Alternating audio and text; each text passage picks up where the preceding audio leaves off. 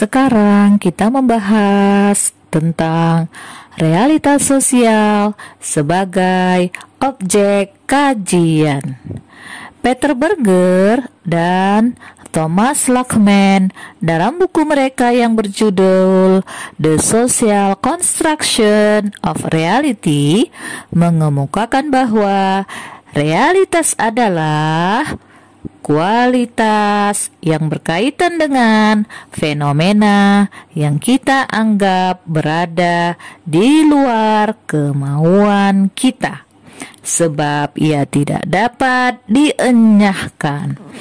Berger dan Lockman melihat bahwa realitas sosial memiliki dimensi objektif dan subjektif.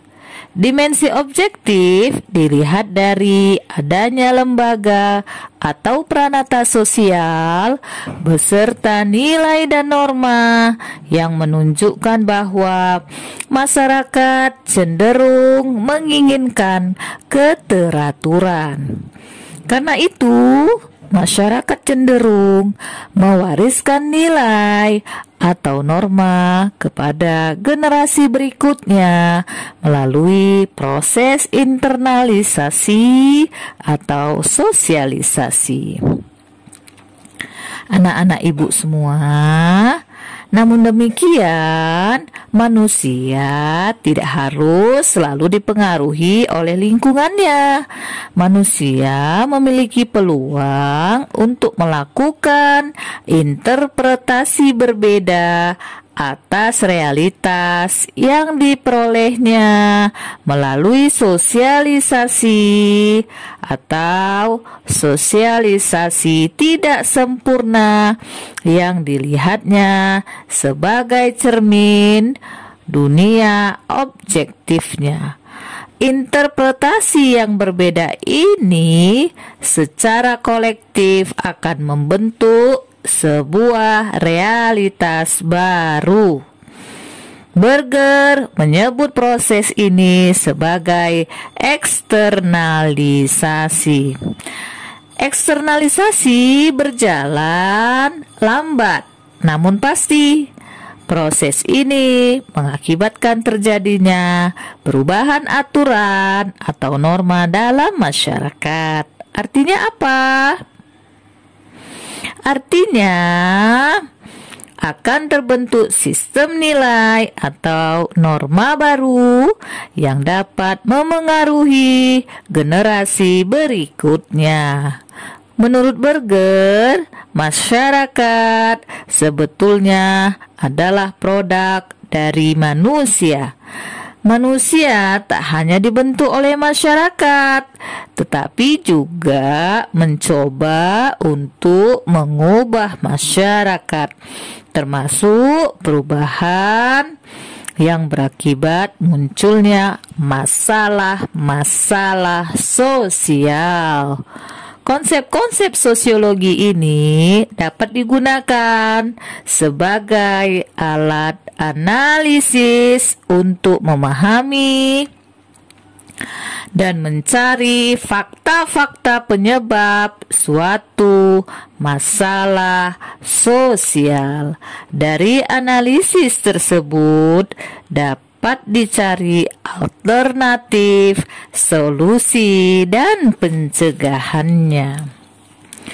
Anak-anak ibu, masalah sosial sesungguhnya merupakan akibat dari interaksi sosial antar individu dengan kelompok atau antar kelompok.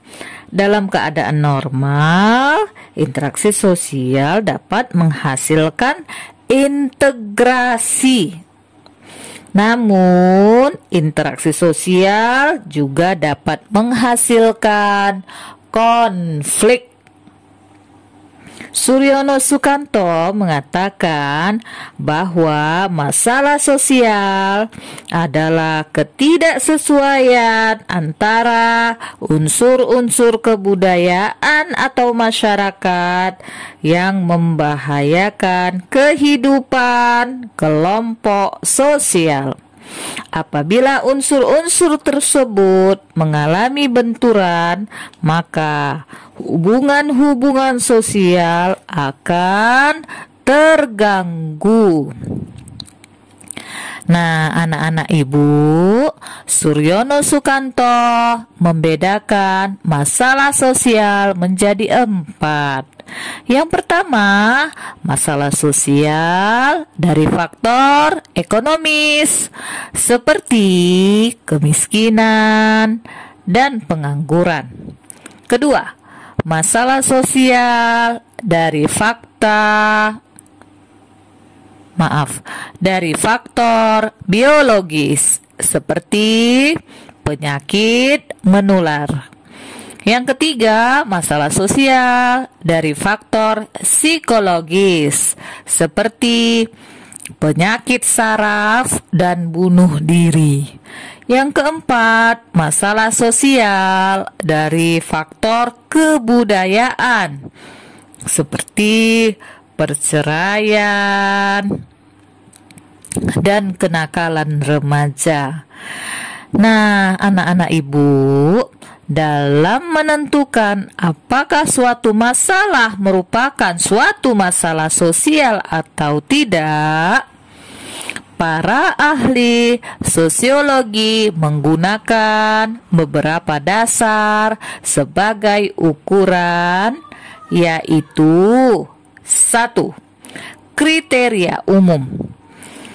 Masalah sosial terjadi karena ada perbedaan antara nilai-nilai dalam suatu masyarakat dengan kondisi nyata kehidupan.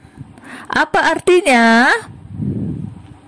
Iya, artinya adalah ada ketidakcocokan antara anggapan masyarakat tentang apa yang sebenarnya terjadi dan kenyataan sebenarnya.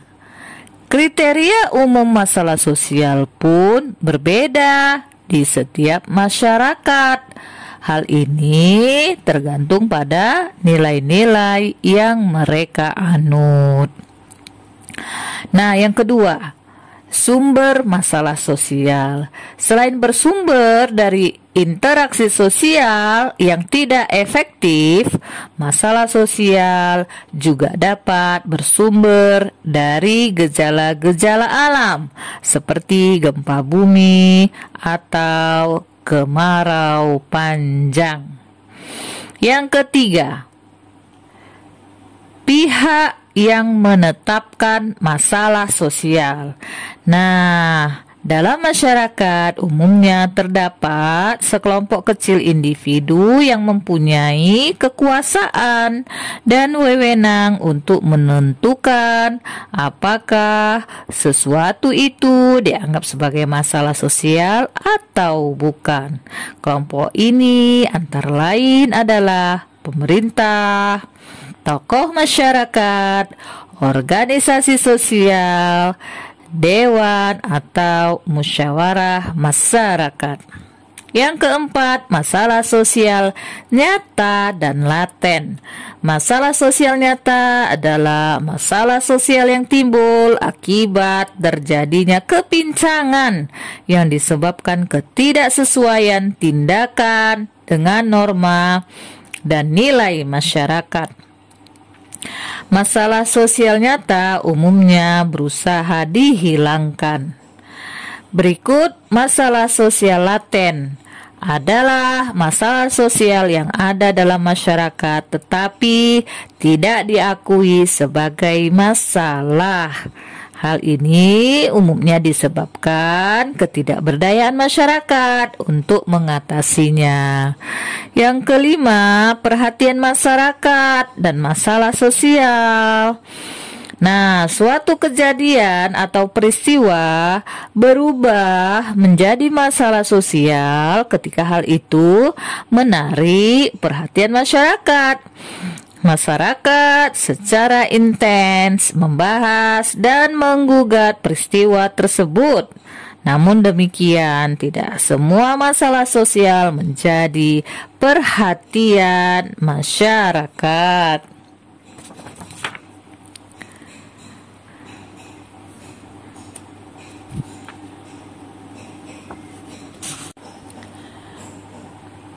Berikut berbagai masalah sosial masa kini. Pertama, kemiskinan. Kemiskinan diartikan sebagai keadaan seseorang yang tidak sanggup memelihara dirinya sendiri sesuai dengan taraf hidup kelompok dan tidak mampu memanfaatkan tenaga mental maupun fisiknya dalam kelompok tersebut. Pada masyarakat dengan susunan dan organisasi sederhana, kemiskinan mungkin tidak menjadi masalah sosial karena mereka menganggap bahwa semua telah ditakdirkan. Kemiskinan menjadi masalah sosial ketika mereka sadar bahwa mereka telah gagal untuk memperoleh lebih dari apa yang telah dimilikinya, dan perasaan akan adanya ketidakadilan. Yang kedua, kejahatan. Sosiologi berpendapat bahwa kejahatan terjadi karena kondisi dan proses sosial yang sama, tetapi menghasilkan perilaku sosial yang berbeda. Kejahatan terbentuk melalui proses imitasi, pelaksanaan peran sosial, asosiasi, diferensiasi, kompensasi, identifikasi, konsepsi diri, dan kekecewaan yang agresif. Perilaku jahat dipelajari melalui pergaulan dekat dengan pelaku kejahatan sebelumnya. Nah, kejahatan juga dapat dipicu oleh pola hidup konsumtif yang tidak diimbangi dengan produktivitas, kerja keras, kejujuran, dan kemandirian. Nah, perlulah dikembangkan dalam kehidupan bermasyarakat agar kejahatan dapat dicegah. Berikut disorganisasi keluarga. Disorganisasi keluarga adalah perpecahan keluarga sebagai suatu unit karena anggota-anggotanya gagal memenuhi kewajibannya. Yang keempat, peperangan. Peperangan merupakan sebuah bentuk pertentangan antara kelompok atau masyarakat, termasuklah negara, yang umumnya diakhiri dengan akomodasi. Yang kelima adalah masalah generasi muda dalam masyarakat modern. Masalah generasi muda umumnya ditandai oleh dua ciri yang berlawanan, yaitu keinginan untuk melawan dan sikap apatis. Keinginan untuk melawan antara lain ditunjukkan dalam bentuk radikalisme. Sementara itu, sikap apatis misalnya penyesuaian yang membabi buta terhadap ukuran moral generasi tua. Yang terakhir adalah pelanggaran terhadap norma-norma masyarakat.